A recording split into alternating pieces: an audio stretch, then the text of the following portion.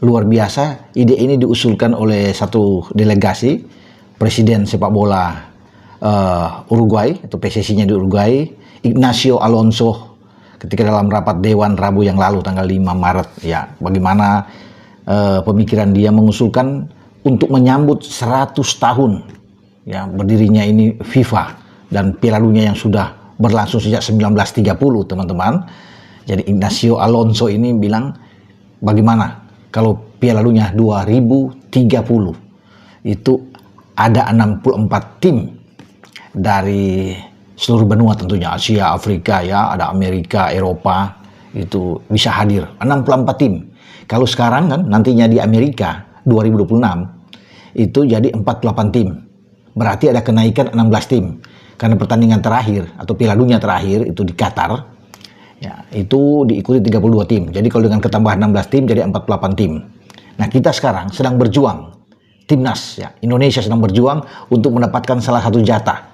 Ya, baik jatah langsung dari Asia yang mendapatkan 8 jatah, bahkan Asia bisa masuk ke 9 jatah, ada playoff dengan wakil dari Amerika Selatan, dan peluang itu masih ada. Makanya kita akan bertarung melawan Australia dalam pertandingan yang tentunya dinantikan banyak orang, penggemar sepak bola Indonesia pada 20 Maret yang akan datang. Jika kita menang, kita punya kans besar lolos mendampingi Jepang di grup C, pra-Piala Dunia zona Asia, ya, untuk bisa lolos. Karena kan terbagi dalam 3 grup saat ini di Asia, A, B, C. Masing-masing grup meloloskan 2 tim, juara dan runner up.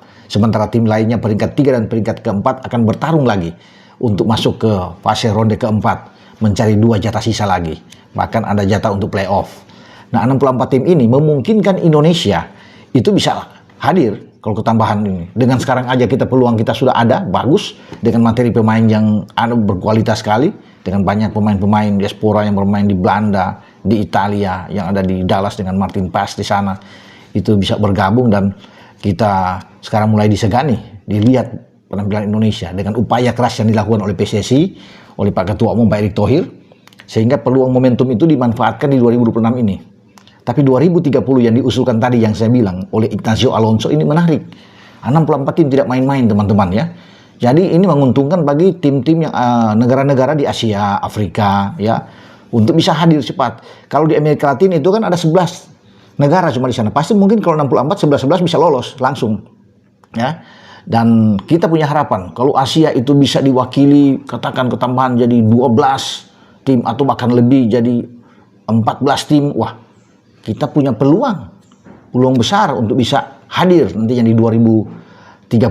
Jadi ini satu kabar yang menggembirakan ya. Afrika juga pasti akan menyambut ini dengan sukacita, ide yang bagus. Nah, untuk 2030 tuan rumahnya sudah ditentukan. FIFA sudah menentukan, teman-teman. Itu ada 6 negara. 3 di Amerika Latin, Uruguay, Argentina, dan Brasil. Kenapa? Karena ini kan ada simbol ya sejarah yang luar biasa, karena Piala Dunia 1930 pertama kali berlangsung di Uruguay. Uruguay tampil sebagai juara. Dulu Piala Dunia ini masih bernama Jules Rimet. Ya, sebelumnya ada namanya Victoria, tapi berganti dengan ketua FIFA yang pertama yaitu Jules Rimet. Ya, yang akhirnya berhasil merebut itu 3 kali. Ya, masih dan buatlah Piala Dunia ini setelah Pele dan kawan-kawan meraih sukses besar. Dan Piala Dunia ini seperti yang teman-teman saksikan, inilah bentuk Piala Dunia dengan tinggi 36,8 cm, ada 18 karat kalau bisa melihat dengan di sini ya, dengan bagaimana 5 kg beratnya itu, 18 karat. Jadi ini yang selalu menjadi simbol diperebutkan oleh semua tim. Argentina tim terakhir kemarin yang menjadi juara setelah mengalahkan Prancis di final, Lionel Messi dan kawan-kawan untuk bisa meraih gelar itu. Jadi sekarang diperebutkan lagi untuk 48 tim. Semoga Indonesia ada di Amerika, Meksiko, dan Kanada. Amin. Ya, kita semua harus aminkan itu. Tidak mudah, tidak gampang. Perjuangan tuh berat. Tapi kita harus bisa yakin dulu. Ya, paling tidak kalau kita tidak lolos langsung dengan Jepang, kita masih bisa ada di putaran keempat. Kalau menempati peringkat ketiga dan peringkat keempat, kita harus bisa memainkan 2 pertandingan kandang lawan Bahrain dan Cina, dan kita menang, maka kita masih bisa berharap untuk lolos ke putaran keempat. Tapi, ya ada tapinya, jika kita dapat 1 poin lawan Australia, atau bahkan membuat kejutan besar, menang lawan Australia, saya rasa dan saya yakin kita akan melenggang langsung ke Piala Dunia untuk sebagai peringkat kedua setelah Jepang. Karena Jepang saya pikir udah pasti lolos dari grup C ya teman-teman, karena mereka ketika kita lawan Australia, mereka akan lawan Bahrain, main di Jepang, dan Jepang ketika main di Bahrain menang 5-0 di kandang Bahrain. Saya pikir biar Bahrain juara teluk sulit untuk bisa mengalahkan Wataru Endo dan kawan-kawan.